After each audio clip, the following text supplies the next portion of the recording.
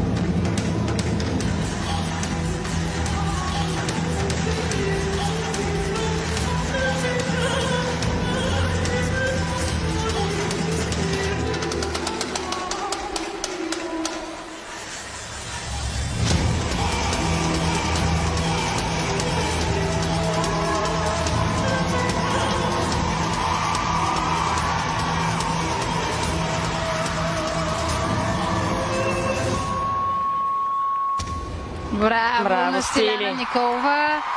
Заслужени аплодисменти. Просто брилянтна, съвършена българска гордост. Стиляна Николова изключително силна. В днешния ден я видяхме много концентрирана, уверена в себе си, с изключително силни изпълнения. Браво на нея. И банга-ранга в чест на Стиляна в залата в Франкфурт. И смея да твърда, че това беше едно от най-силните съчетания като трудности с тяло. Видяхме и трите кълбета в риска, така че очакваме развръзката. Отдъхна си, най-накрая се усмихна толкова и отива да бъде усмихната Стиляна. Много хубав многобой направи.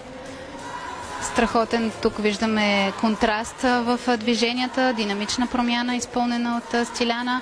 Съчетание, което аз лично се радвам, че двете с Валентина Иванова запазиха от миналия сезон, защото е така като по учебник. Многократно е показвано за положителни примери относно артистичността на композицията, динамиката, темпото.